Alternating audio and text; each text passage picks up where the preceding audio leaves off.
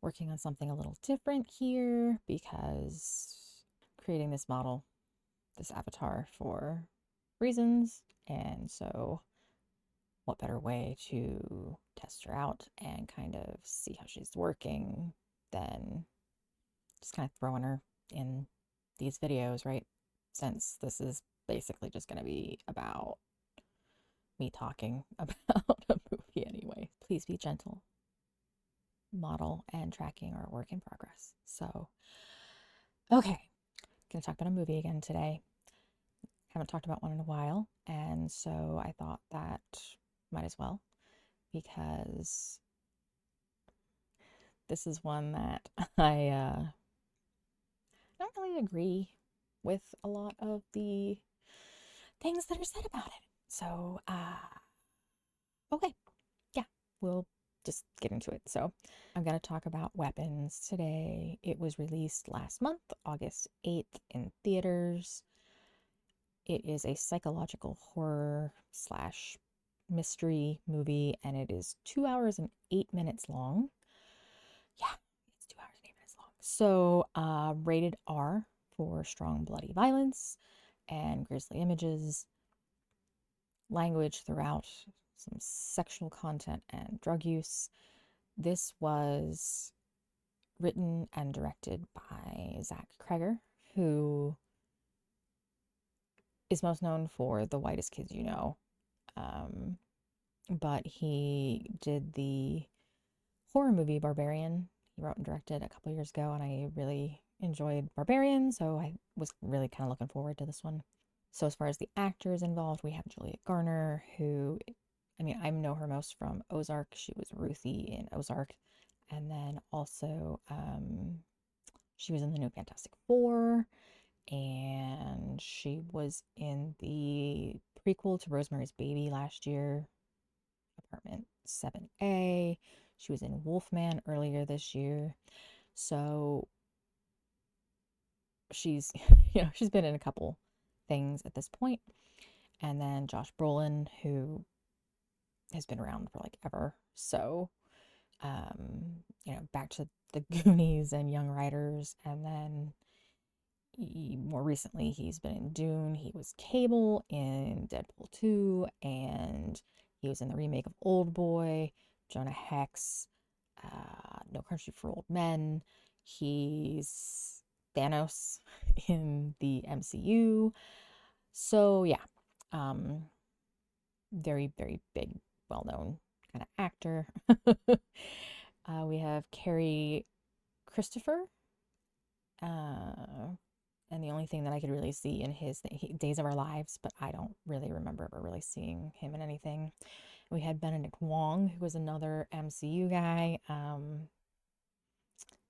He was Wong, or is Wong in the MCU. He was in Three Body Problem on Netflix. Was that last year or was that earlier this year?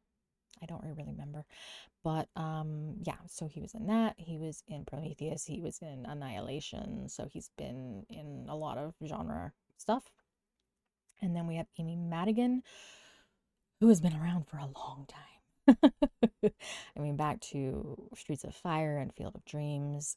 She was, let's see, Uncle Buck, The Dark Half, Carnival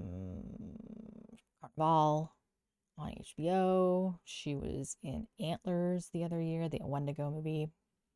I kind of feel like I should do a video about that one at some point. But anyway, so because I was very much looking forward to this one, I went in as blind as I could. Normally, if I see like the first trailer for anything, really, if it's a movie or a TV show or whatever, and I see a trailer and I'm like, oh, I want to see that, then I try to avoid any subsequent marketing as much as possible because I don't want to know what's going to be happening. I don't want things spoiled for me.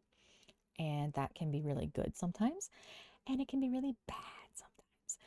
And this would be one of the latter ones, but we'll get into that. So a lot of the times when I do these videos, I don't include spoilers. I think that, I just do kind of like a very general review, and I don't spoil anything, but I can't really talk about this one without spoiling it. So if you don't want it spoiled, you can stop watching now and like bookmark for later and come back.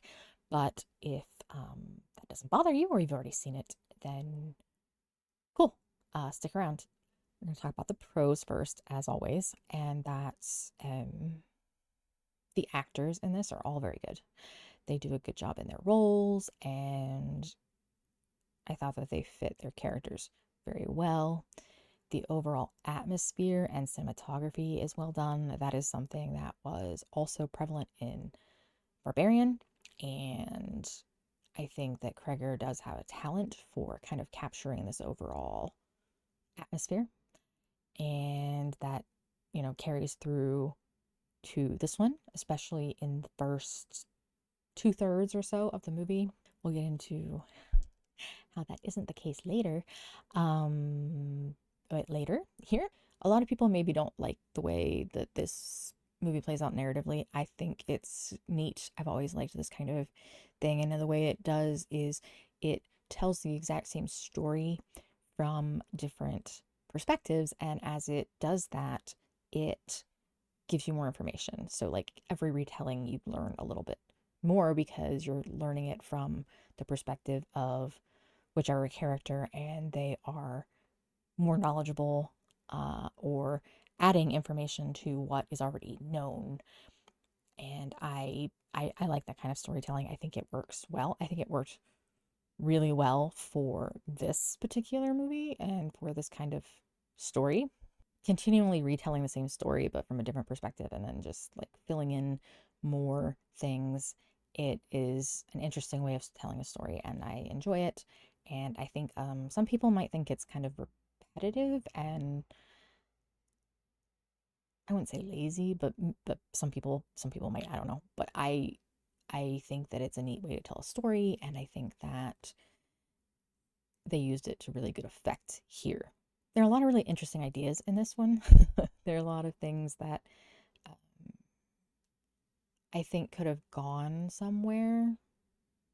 Maybe not where they ended up going, but I think there were a lot of threads that could have gone some really interesting ways in this one. And there's like some really genuinely creepy scenes in this. Like I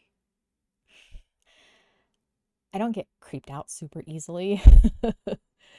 And there's at least one scene in this that I was like,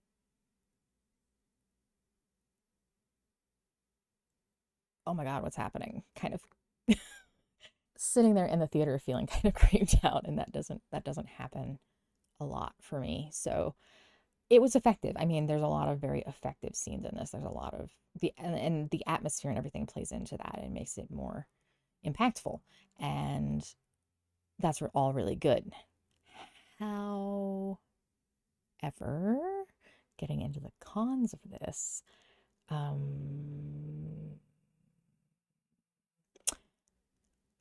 very little of the potential in the first like 2/3 of the movie is ever actually fulfilled in the remaining third of the movie. They kind of he kind of attempted a twist like Barbarian, but it isn't really handled very well and feels more like two concepts that were just kind of thrown together without a lot of forethought and a lot of thinking of how they complement each other and can mesh together better. Yeah, they just feel very loosely connected and very hodgepodge, very thrown together. And I think they could have been integrated better. Additionally, this isn't necessarily surprising because Cregger does come from a comedy background, but this one really struggles to find its tone. There's some tonal variations in Barbarian, but they work to the benefit of the movie. In this one, yeah, no. There are some really awkward comedy moments that weren't, at least in my opinion, were not meant to be comedic, but because they're so just awkward and it just doesn't like it doesn't seem like they were meant to be funny, but they come off as funny.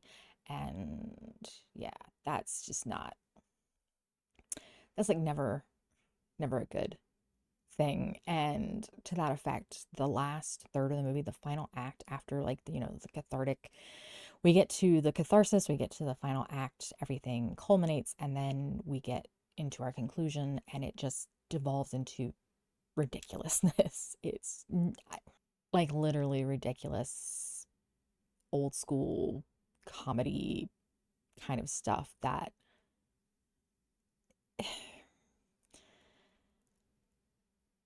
undermines everything that comes before in a lot of ways. Additionally, besides that, and talking about, kind of the points and things that were made, this is a pretty thinly veiled metaphor for school shootings and how they affect the community and people involved.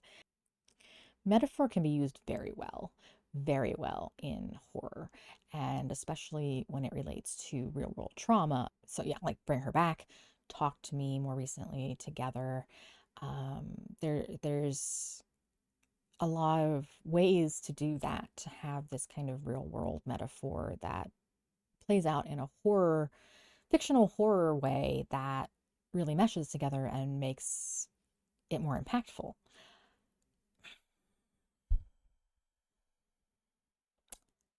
The the metaphor here is way too ham-fisted. It is way too strong. It is way too forced to feel organic and real. It feels like it's trying to manipulate you to feel a certain way rather than sympathizing with the actual people who are experiencing it. In any kind of horror movie, when you have your protagonist, you're supposed to empathize with them, you're supposed to sympathize with them, and you're supposed to, understand where they're coming from, and it helps inform the movie. It helps your experience of the movie and makes the overall experience more personal for a viewer. There is literally no point in this movie where there is any kind of gun violence. Literally none. Absolutely zero. And yet there's a dream sequence. I'm not sure if it's a dream sequence or it's supposed to be some kind of prophetic thing, or I'm not really sure. But it's with Josh Brolin's character, who his son is missing, and he's like trying to find his son, and he hears him, and he goes to this house, and there's an AR shown in the sky with a number on it, and it's like why? Like, why is this even in here? And because there's no gun violence. Literally none. There's no shooting in this. I don't think we even see maybe a gun. Like, maybe the police officer carries a gun, but like he never like uses it. So you have this very, very, I mean, it's obviously about school shootings because we have an AR in the sky in this dream sequence of a house, and it makes no sense. And honestly, when I first watched it, I was like, what? What is happening? Why? And then as it went on, and the more I thought about it, the more I talked about it with other people, I was like, yeah, because of the school shooting stuff, because that's what we're trying to relate this to. So we felt that we needed to just like force imagery of a gun in here. Why? Why? Makes no sense. Okay. So, yes, this is a drama that is a metaphor with missing children as like an allegory for school shootings. And it could work really well. It could. I don't hate the idea, but it is just so overly done. It is so strong, and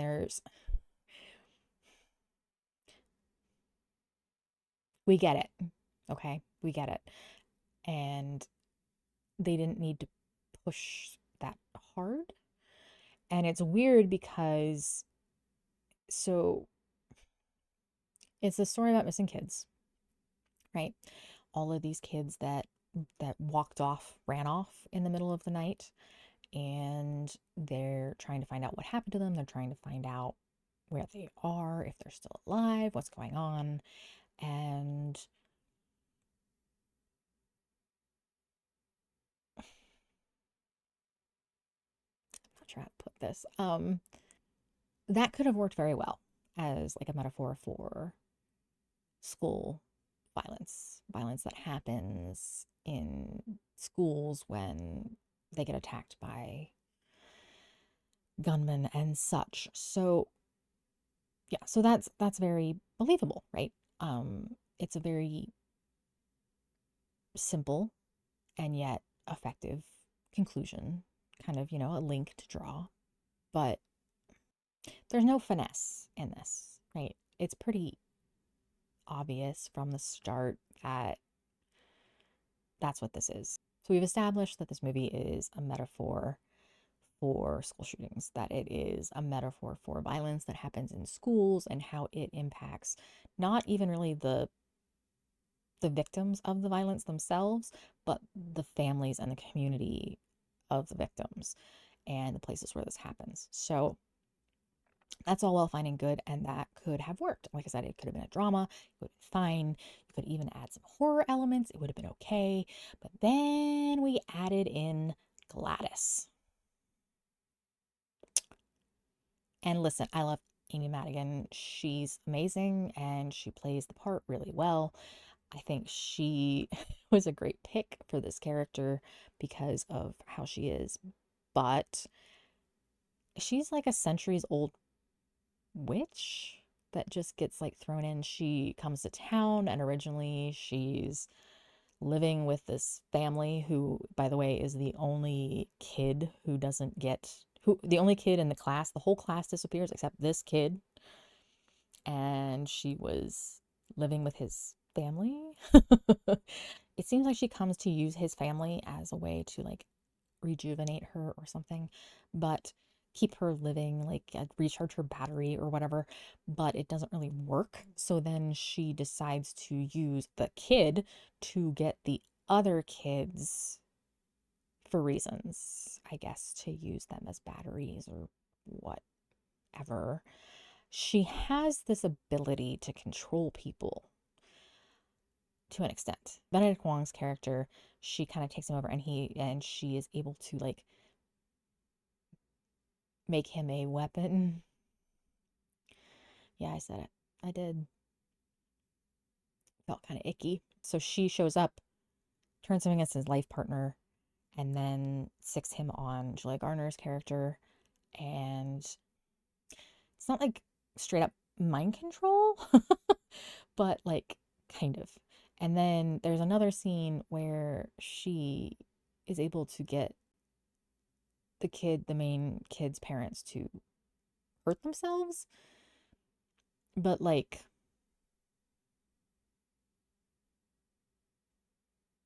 in a very performative way.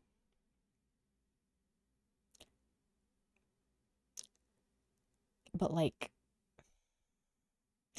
her powers are inconsistent. So she can point Benedict Wong's character at whoever, right? She just takes a piece of hair or whatever and pricks her finger and twists it around a stick and he'll go kill whoever.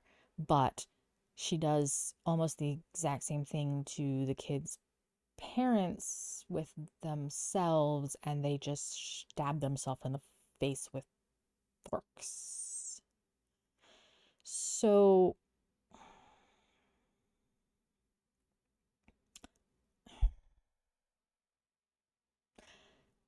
inconsistent. It's very inconsistent. And it's a shame because the Gladys character could have been very interesting because she's obviously a centuries old witch. In some of her interactions, like with Benedict Wong and some others, she uses some words and things that obviously she is old. She's very old. She's been around for a long time. and she doesn't understand or doesn't care to know how a lot of modern things work. And that could have been a very interesting way to do it. But honestly, because of the way they portray her, not only just her in general, like whenever she's out and about in the real world, but whenever she's in like the dream sequences, she looks like a clown, like literal clown, literal clown. And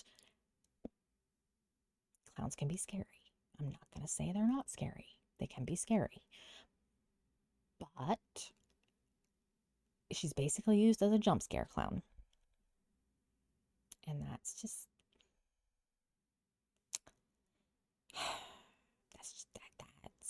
not the best. It's not. It's just I didn't care for it. I didn't like it. The other thing I didn't like was almost none of these characters are likable. Literally, like none of them.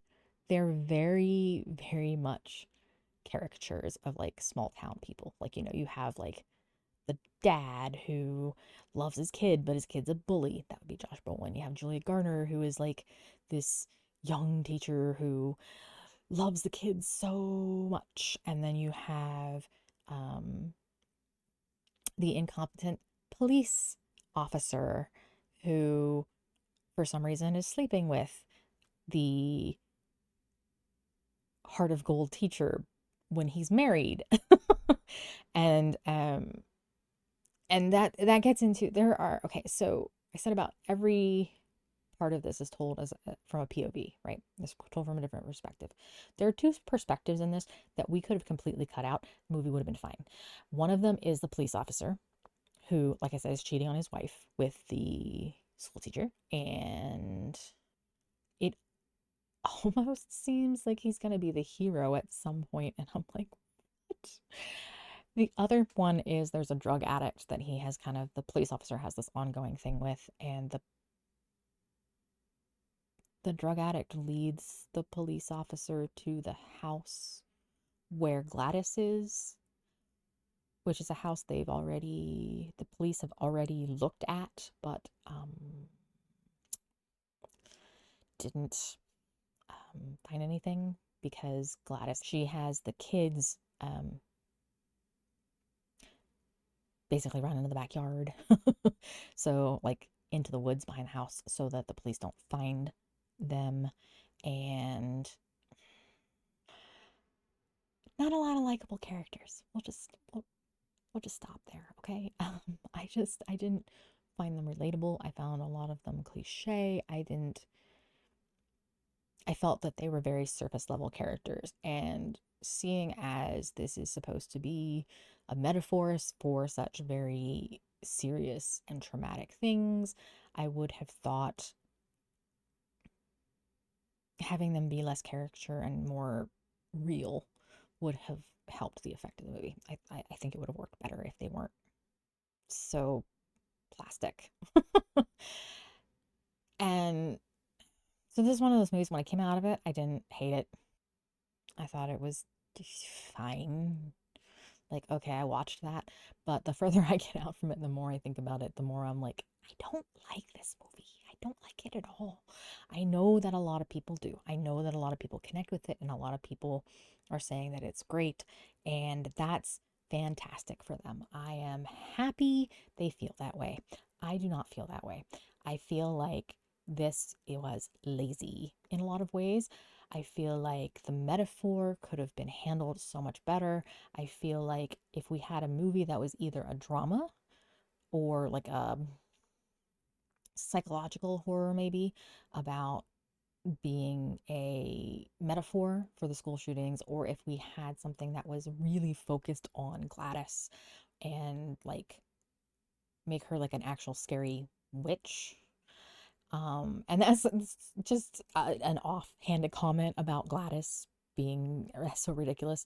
Her powers kind of resonate with this tree that she has that she uses the sticks from to wrap hair around and stuff like that. And so I actually saw or heard people talking about Gladys, not talking about her as a witch, but that the tree was magical.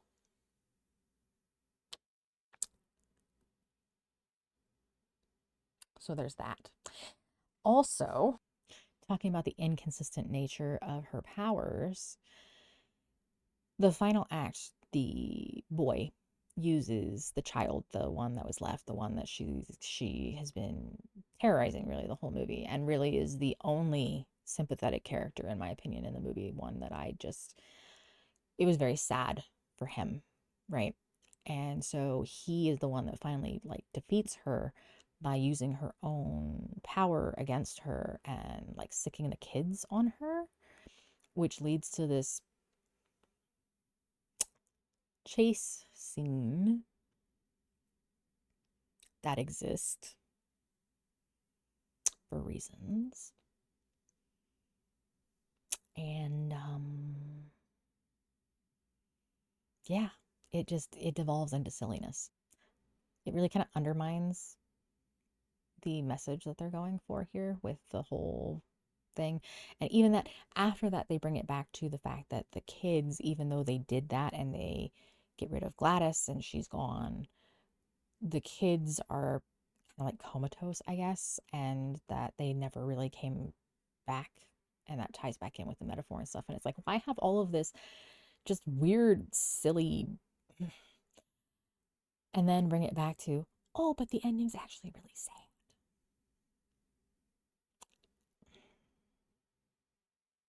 Not a fan. I just, I just, yeah. I think that's about all I want to say about this one. I know there's been a lot of praise for it, and I guess I just wanted to do this video to talk about the problems that I saw with it that I don't see other people mentioning, and to kind of let people know that if you didn't like this movie, you're not alone. Not just me and, my partner that we saw it, but like also I've talked to other people who watch a lot of film, watch a lot of horror movies, and they didn't like this either. So yeah, if you didn't like this, that's okay. And I guess that's the kind of the overall thing here is just because something is popular and other people like it doesn't mean that you have to. There are so many movies out there that are just objectively horrible movies that I absolutely adore. And there are movies that are quality movies or movies that people love that I'm like, okay, good. I'm glad someone enjoys it. And that's okay. Okay. That's all right for people to have differing opinions of things. Even if it's objectively bad and you like it, that's cool. If it's objectively good and quality and you don't like it, also cool. I am interested to see what Zach Cregger does in the future if he decides to do more horror, because, like I said, I really did enjoy Barbarian. It worked so well on so many levels, and then this one just came, and maybe I should have gone against what I usually do, and I should have seen some of the stuff so I could see kind of what was being praised about it to kind of prepare myself. But that's part of the price of going it blind. So you live, you learn. I'll still be going into things blind and still be being upset and disappointed about what they end up being. I don't necessarily think that people should not watch it. If you're interested in it, by all means, check it out. Your mileage may vary. It just wasn't for me. It wasn't something that I liked. It wasn't something I enjoyed, and it wasn't something I will ever watch again. So that's going to be it for this one. Thank you guys so much for watching. I appreciate you listening to me prattle on today, and I hope that I will see you in the next one. Thanks. Bye.